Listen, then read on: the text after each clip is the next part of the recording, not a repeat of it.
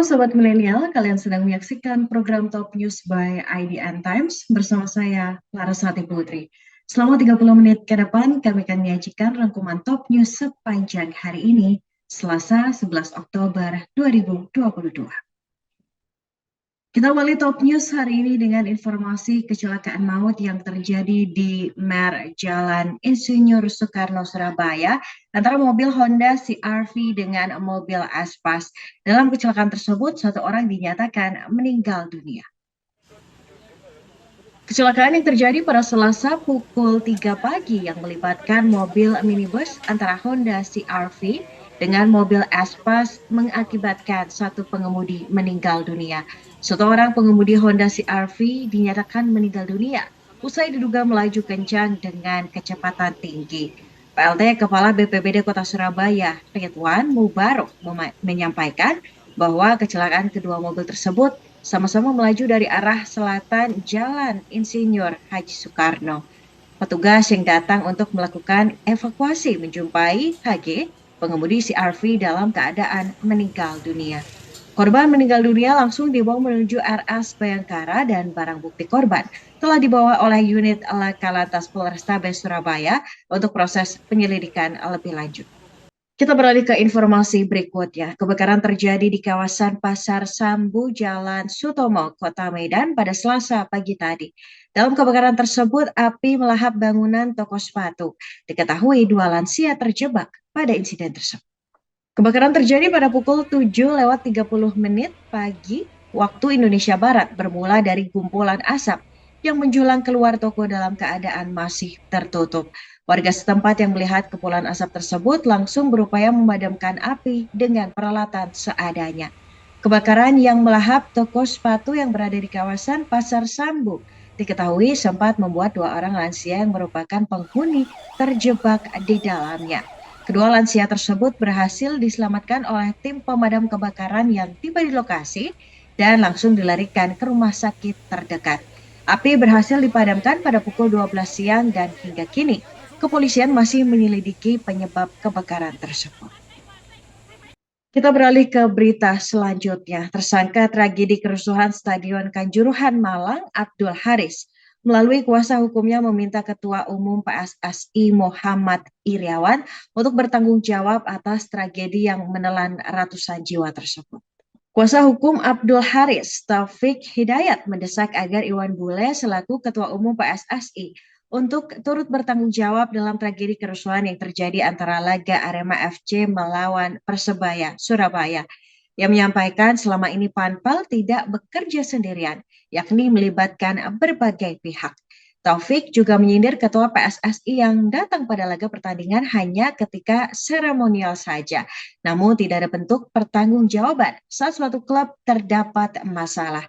Di lain sisi, di Dirut PT LIB, Ahmad Hadian Lukita, yang sudah ditetapkan sebagai tersangka pasca tragedi Kanjuruhan, akan menjalani pemeriksaan di Ditreskrimum Polda Jatim pada esok hari. Pemeriksaan tersebut merupakan bagian dari penyidikan kepolisian guna melengkapi berkas sebelum dilimpahkan ke kejaksaan. Informasi selanjutnya, Menko Polhukam Mahfud MD pada siang tadi baru saja memimpin rapat dengan meminta keterangan dari PSSI terkait tragedi Kanjuruhan yang terjadi pada 1 Oktober silam. Dalam pertemuan tersebut merupakan bagian dari cara TGIPF untuk memperoleh informasi. Rombongan PSSI yang tiba di kantor Kemenko Polhukam pada pukul 11 siang menggunakan bus merupakan bagian dari TGIPF untuk memperdalam informasi yang diperoleh terkait peristiwa Kanjuruhan yang menelan 131 korban jiwa. Rapat dipimpin langsung oleh Mahfud MD. Meski demikian, dirinya yang tiba pada pukul 12 siang enggan memberikan keterangan kepada awak media. Anggota TGIPF, Renald Kasali, menyampaikan bahwa permintaan keterangan kepada PSSI yakni menyangkut pengawasan penyelenggaraan pertandingan antara Arema FC melawan Persebaya Surabaya. Pertandingan tersebut tetap digelar malam hari, meskipun Polres Malang telah mengajukan laga agar digelar pada sore hari. Dalam pertemuan tersebut dihadiri pula oleh Iwan Bule beserta jajarannya, serta TGIPF juga memanggil beberapa pihak, seperti Dirut PT LIB, Direktur Programming Indosiar Komnas HAM, hingga beberapa LSM. Alhamdulillah kita semua dari PSSI, Pak Ketua, Pak Wakil Ketua, Pak Sekjen, beberapa SO, Komdi semua hadir, tim investigasi hadir memenuhi panggilan untuk rapat dengan tim gabungan pencari fakta independen ya. Ya di situ banyak masukan-masukan yang diberikan. Juga ada konfirmasi apa yang sudah dilakukan PSSI mulai sebelum pertandingan, perencanaan pertandingan sampai terjadinya tragedi tersebut. Itu lalu ada masukan-masukan banyak, kedepannya harus A, B, C, nanti kita rumuskan bersama dari tim, ada rumusan yang akan direkomendasikan dengan kita untuk memperbaiki nanti dengan tim kepolisian dan yang dari FIFA biar aturannya sinkron dan harmonis dengan aturan kita semuanya. Masih terkait tragedi Kanjuruhan yang menelan ratusan korban jiwa. Kini dampak gas air mata yang mengenai supporter dirasakan oleh korban selamat yakni Raffi Atta yang mengalami perubahan warna pada bola mata. Salah satu supporter selamat, Raffi Atta, kini masih menjalani pengobatan usai dirinya mengalami dampak yang dirasakan akibat paparan gas air mata. Kedua bola matanya kini mengalami perubahan warna nampak merah legam usai kejadian 10 hari silam. Tak hanya itu, ia mengaku bahwa sempat mengalami sesak napas. Raffi yang bersama teman-temannya menonton pertandingan melalui tribun 10 itu sempat turun ke area bawah dalam pagar usai peluit panjang berakhir. Kondisi stadion yang tak kondusif akibat adanya bentrokan antara supporter dan pihak aparat membuat kepolisian melepaskan gas air mata di area tribun 10. Raffi yang berada di area tersebut tak sengaja terkena paparan gas air mata yang membuatnya sesak napas dan berujung pingsan. Usai tak sadarkan diri selama 2 jam, Raffi diselamatkan oleh teman-temannya dengan membasuh menggunakan air dan membawanya ke rumah sakit. Ia pun dibawa pulang oleh orang tuanya usai menjalani perawatan. Menurut salah seorang dokter mata populer yakni Dr. Ferdi Rifa Hamzah, kondisi tersebut merupakan pendarahan yang terjadi pada selaput mata dan akan berangsur membaik dalam kurun waktu 2 minggu. Sementara itu, anggota Tim Gabungan Independen Pencari Fakta atau TGIPF Tragedi Kanjuruhan, Renald Kasali mengemukakan penggunaan gas air mata kadaluarsa oleh polisi adalah bentuk penyimpangan dari aturan. Jika mata terkena gas air mata kadaluarsa, maka dalam waktu sebulan penglihatan akan mengalami gangguan.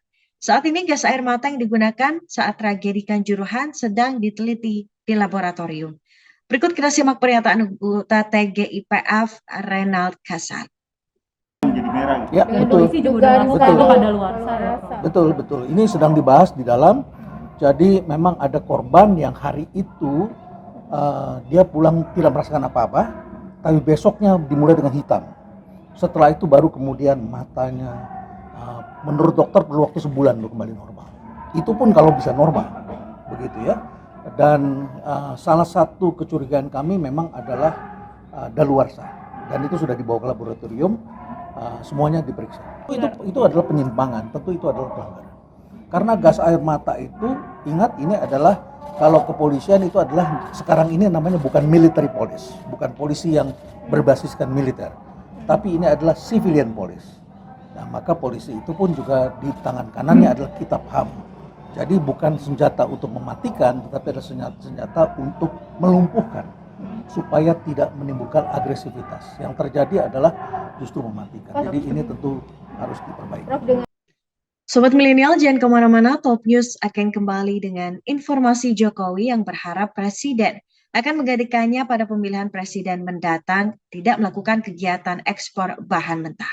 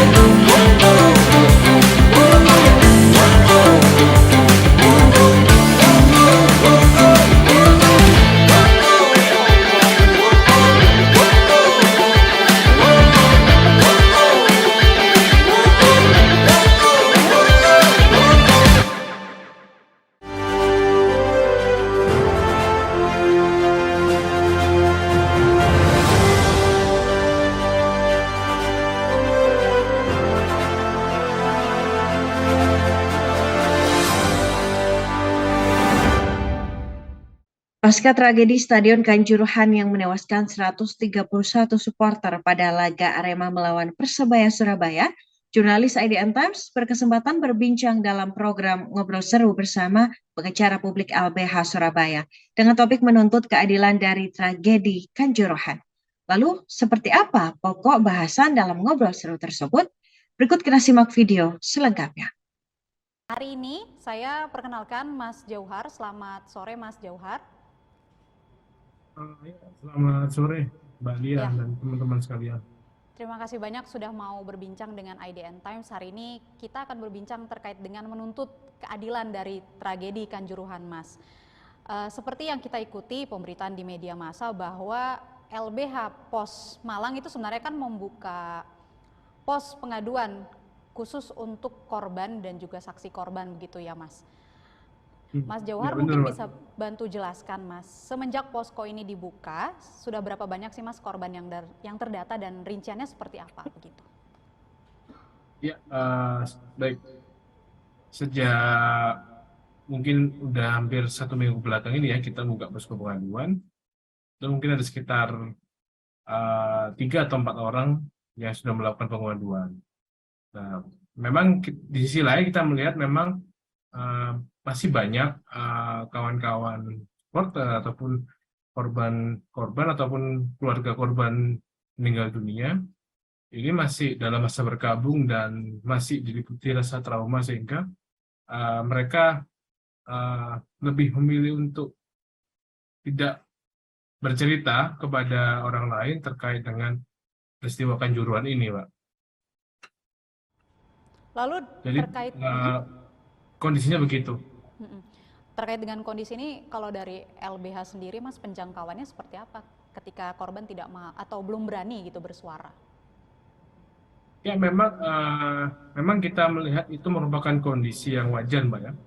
Karena memang tentu bagi siapapun orang yang mengalami secara langsung peristiwa-peristiwa seperti yang terjadi di Kanjuruhan, tentu akan menimbulkan trauma berat. Karena sebagaimana kita ketahui bersama, pasti ada beberapa momen yang tergambar itu tentu itu sangat cukup tidak cukup bikin orang trauma karena itu merupakan hal yang cukup mengerikan. Karena di situ banyak orang berdesak-desakan, banyak jenazah atau korban tewas yang bergelimpangan jatuh karena mereka tidak bisa keluar karena kondisi yang sangat-sangat sempit dan supporter yang ingin keluar jumlahnya ribuan orang. Jadi itu pasti menimbulkan trauma bagi korban itu sendiri. Sehingga kita menilai ini merupakan suatu hal yang wajar. Teman-teman supporter baik korban luka maupun korban yang dalam keadaan sehat sampai hari ini, itu mereka belum siap untuk berbicara kepada orang lain. Tapi Mas, kalau sejauh ini kira-kira dari teman-teman LBH itu apa sih yang didapat informasi dari korban yang mungkin sudah terdata di posko gitu, Mas? Ini memang berdasarkan keterangan dari korban yang melakukan pengaduan kita, bahasanya konsultasi ke kita, terus kemudian juga kita menemui satu persatu korban yang selamat dalam peristiwa itu, dan juga kita menggabungkan dari sisi pendalaman dokumentasi dalam hal ini video atau foto. Memang kita bisa melihat, kita membuat satu kesimpulan awal bahwasanya peristiwa Kanjuruhan ini disebabkan oleh tembakan gas air mata. Jadi tembakan gas air mata ini menimbulkan kepanikan dari supporter karena tembakannya mengarah ke arah tribun yang di situ sedang duduk ribuan atau bahkan puluhan ribu supporter yang sedang menonton pertandingan. Bahkan ada juga beberapa dokumentasi yang menunjukkan lontaran gas air mata jatuh tepat di kerumunan supporter yang sedang duduk di tribun. Itulah hal itu yang menimbulkan kepanikan luar biasa bagi supporter sehingga mereka secara bersama-sama berusaha menyelamatkan diri karena mereka mulai sesak napas, pandangan terganggu, dan akhirnya mereka berdesak-desakan untuk keluar dari stadion. Itu kira-kira, Mbak Lia. Oke, Mas Jauhar, kalau masyarakat ingin tahu terkait dengan posko ini, terkait dengan penjangkauan LBH kepada korban, kalau bisa dijelaskan, Mas, sebenarnya sejauh mana nantinya LBH bisa membantu korban, saksi korban tragedi Kanjuruhan ini? Mungkin Mas Jauhar bisa jelaskan gitu. Ya, sebagaimana core dari YLBH itu kita berfokus memberikan bantuan hukum terhadap siapapun orang yang terlanggar haknya atau hak asasinya ataupun hak hukumnya. Dalam konteks Kanjuruhan, kita sifatnya terbuka, Mbak, bagi siapapun, baik itu keluarga korban yang meninggal ataupun korban yang selamat dalam peristiwa itu, ketika mereka ingin nantinya ingin melakukan upaya hukum, maka akan semaksimal mungkin akan kita fasilitasi dan dampingi. Namun untuk sementara saat ini kita melihat kondisi kawan-kawan korban masih dalam kondisi bergabung dan masih dalam kondisi trauma, sehingga kita belum terfikirkan untuk mengarah ke upaya hukum. Saya juga kemarin menyimak Mas Daniel ya dari LBH Pos Malang mengatakan kendalanya adalah di sana itu masih menunggu 7 harian gitu ya, Mas ya. Jadi memang penjangkauannya juga agak sedikit terhambat karena masih ada culture tersebut gitu ya. Benar, ya. Benar, Mbak. Jadi dalam kondisi bergabung ini masih banyak orang dari teman-teman supporter Aremania yang juga menonton pertandingan waktu itu memang masih kebingungan dan belum menentukan sikap karena faktor trauma dan belum soal kesiapan untuk berbicara. Dan di sisi itu kita memahami sehingga kita tidak terlalu dalam untuk mendorong supporter untuk melakukan upaya-upaya apapun. Jadi dalam fase-fase tersebut kita mencoba untuk membersamai korban agar mereka bisa melewati masa-masa sulit ini. Oke. Nah, terkait tadi kita sudah menyinggung tentang jangkauan hukumnya nanti gitu ya, Mas. Boleh dijelaskan nggak sih, Mas, dalam konteks korban, hak-hak apa saja sih sebenarnya yang harus diperjuangkan oleh korban dan saksi korban tragedi Kanjuruhan ini? Apakah memang pemberian bantuan kesehatan setelah terluka atau bagaimana gitu? Mungkin agar masyarakat juga tahu kalau pemerintah harusnya memberikan rentetan daftar ini begitu loh, Mas. Ya, jadi memang terkait dengan hak korban tragedi Kanjuruhan ini, memang salah satunya adalah pemberian akses kesehatan ya. Akses kesehatan itu diperuntukkan bagi korban yang luka-luka, baik itu korban luka serius, luka berat ataupun luka ringan. Karena peristiwa itu melibatkan banyak orang, sehingga di situ negara harus hadir untuk memberikan akses kesehatan yang itu merupakan hak dasar bagi warga negara agar mereka bisa tertangani dengan maksimal. Kita beralih ke berita selanjutnya. Presiden Joko Widodo kembali menyampaikan kepada jajarannya untuk tidak mengekspor bahan mentah agar nilai jual berada pada angka yang tinggi. Ia juga berpesan kepada penggantinya agar kelak tidak melakukan ekspor bahan mentah. Dalam sambutannya saat peresmian pembukaan Kongres 13 LVRI dan Munas 11 PVRI 2022, Jokowi menyampaikan agar siapapun presiden yang akan menggantikannya agar dapat konsisten dan tidak melakukan kegiatan ekspor bahan mentah ke berbagai negara. Jokowi menegaskan Indonesia harus pantang mundur meski digugat dunia internasional, yakni WTO, karena melarang ekspor bahan mentah nikel. Menurutnya, melarang ekspor barang mentah merupakan salah satu cara untuk meningkatkan GDP Indonesia. Berikut kita simak pernyataan langsung yang disampaikan langsung oleh Presiden RI Joko Widodo. Ini akan terus kita lakukan sehingga target dari yang sudah kita hitung nanti di tahun 2030-an Indonesia akan masuk nomor 7 GDP yang paling besar dunia. Dan pada saat Indonesia emas, hitungan kita sudah masuk ke 4 besar atau 5 besar ekonomi dunia. Asal konsistensi ini terus kita jaga.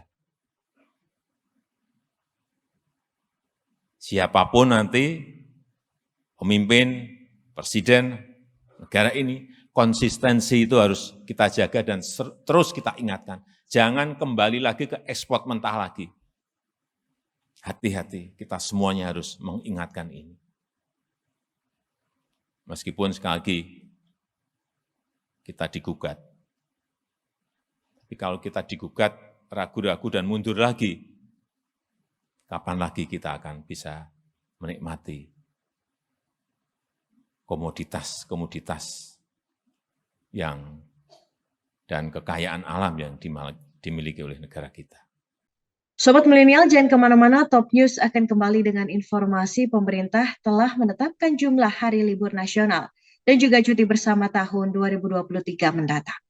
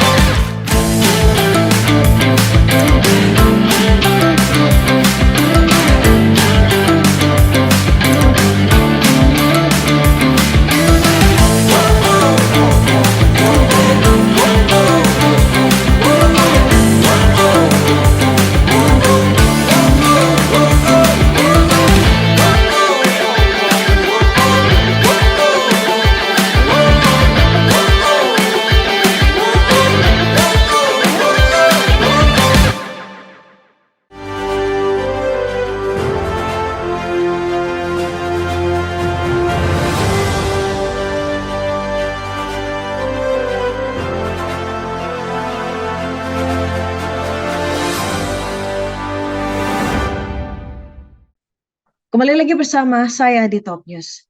Pemerintah baru saja menetapkan jumlah hari libur nasional dan cuti bersama tahun 2023 yang disampaikan langsung oleh Menteri Agama, Ketenagakerjaan, dan Menpan RB pada siang tadi.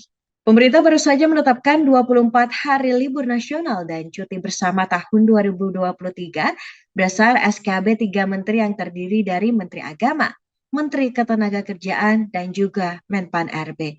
Dalam keputusan tersebut tertuang pada nomor 1066 tahun 2022, nomor 3 tahun 2022, nomor 3 tahun 2022 tentang Hari Libur Nasional dan Cuti Bersama tahun 2022. Berikut kita simak pernyataan selengkapnya yang disampaikan langsung oleh Menteri Koordinator Pembangunan Manusia dan Kebudayaan, Muhadjir Effendi, pada siang tadi. Tahun 2023 telah ditetapkan untuk libur nasional berjumlah 15 hari. Adapun 15 hari libur nasional dimaksud adalah 1 Januari tahun baru 2023 Masehi. Kemudian 22 Januari Tahun Baru Imlek 2575 Kongzili. 18 Februari Isra Mi'raj Nabi Muhammad SAW. Kemudian 22 Maret Hari Suci Nyepi Tahun Baru Saka 1945. Kemudian 7 April wafatnya Isa Al-Masih. 22-23 April Hari Raya Idul Fitri 1443 Hijriah. 1 Mei Hari Buruh Internasional. 18 Mei kenaikan Isa Al-Masih. 4 Juni Hari Raya Waisak 2566 sebelum Masehi. 1 Juni Hari Lahir Pancasila. 29 Juni Hari Raya Idul Adha 1443 Hijriah. 19 Juli Tahun Baru Islam 1444 Hijriah. 17 Agustus Hari Kemerdekaan Republik Indonesia. 28 September Maulid Nabi Muhammad SAW. 25 Desember Hari Raya Natal. Sementara itu untuk penetapan cuti bersama tahun 2023 ditetapkan sebagai berikut. Nah, ini yang lebih penting. 23 Januari untuk libur bersama Tahun Baru Imlek 2574 Kongzili. 22 Maret Hari Raya Nyepi Tahun Baru Saka 1945. 21 sampai 16 April Hari Raya Idul Fitri 1444 Hijriah. 2 Juni Hari Raya Waisak. 26 Desember Hari Raya Natal. Sehingga total jumlah libur cuti bersama itu sebanyak 24 hari. Kita beralih ke berita olahraga. Timnas sepak bola putri Indonesia meraih kemenangan saat pertandingan persahabatan FIFA dengan Singapura kemarin. Tim Garuda Pertiwi menang 2-1 melawan Singapura. Bermain di Stadion Jalan Besar Singapura pada Senin malam kemarin, Timnas Garuda Pertiwi main apik dan menang tipis 2-1 atas Singapura. Gol pertama Timnas wanita dicetak Marcella Awi pada menit ke-51. Para pemain putri tampil sangat menawan dan menekan lawan. Setelah unggul 1-0, gawang Timnas putri kebobolan gol pada menit ke-85 yang dicetak pemain Singapura, Farhanan. Kemenangan tim Garuda Pertiwi baru tercipta pada waktu tambahan babak kedua. Gol disumbangkan Heksha Maisyaro. Pelatih Rudi Eka berharap dengan kemenangan ini akan membuat peringkat Indonesia di FIFA naik dari saat ini yang berada di ranking 101 dunia. Informasi tadi menutup perjumpaan kita hari ini. Sobat Milenial, terima kasih sudah menyaksikan Top News. Ikuti terus perkembangan berita-berita terbaru hanya di IDN Times. Saksikan terus Top News by IDN Times setiap Senin hingga Jumat pukul 18.30 waktu Indonesia Barat, dan jangan lupa untuk mendownload IDN App. Salam Sati Putri bersama tim yang bertugas mengucapkan terima kasih. Terus patuhi protokol kesehatan dan sampai jumpa.